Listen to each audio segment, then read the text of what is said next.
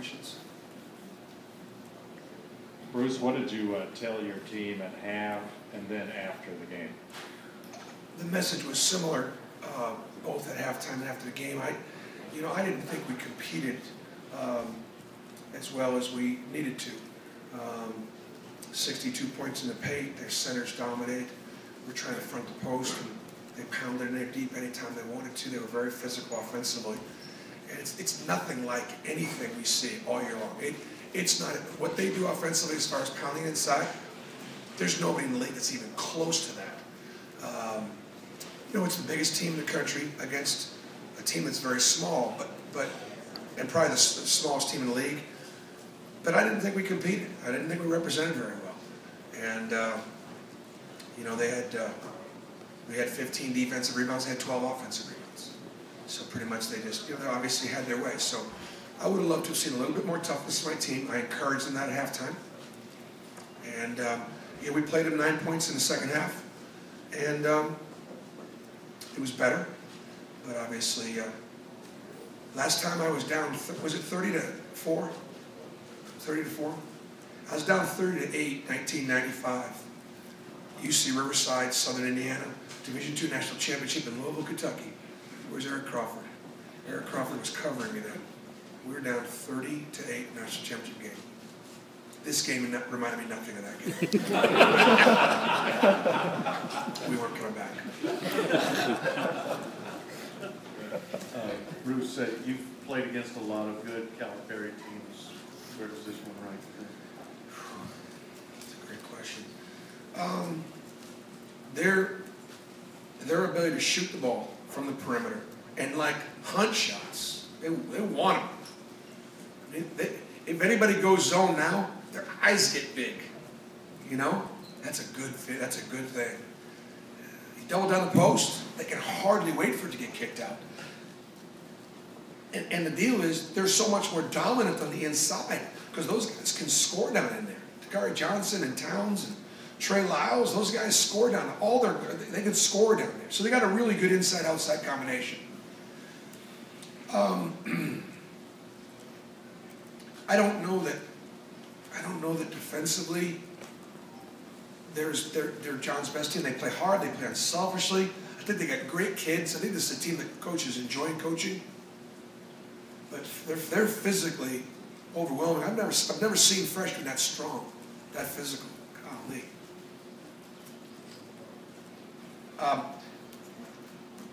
I didn't play against Kid Gilchrist in that group. That was my favorite team to ever watch. As long as I've been in basketball, that team was my favorite team. Because I knew those kids in recruiting, and that was my first year out. And that was a great team. I don't know that this team is that good yet. They can be. Hey Bruce, along those lines, do you expect them to go undefeated the rest of the way? What do you rate their chances? I think because of the character and chemistry, I think they certainly can. They're the most physical offensive team we've played.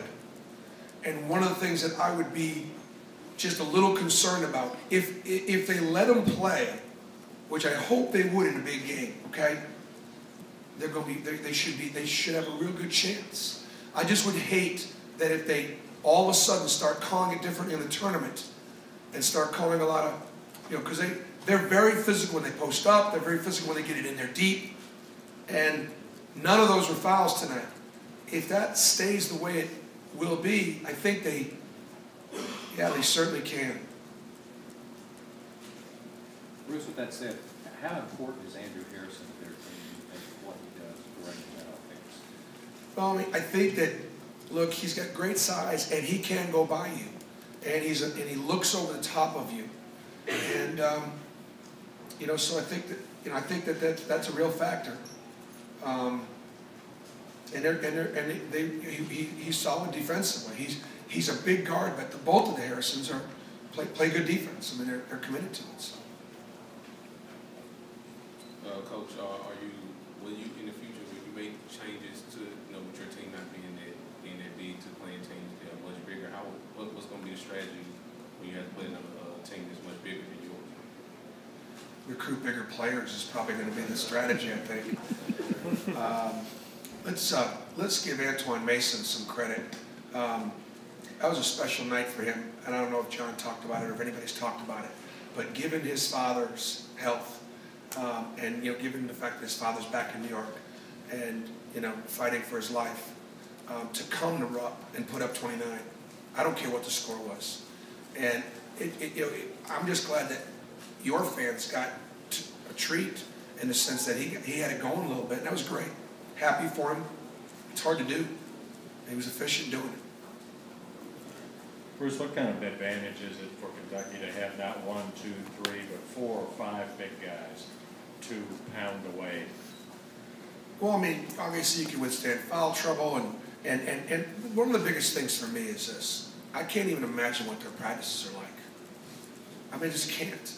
And like for me, it's when we're not as deep, not as talented, it's hard for me in practice to get our guys to get better sometimes.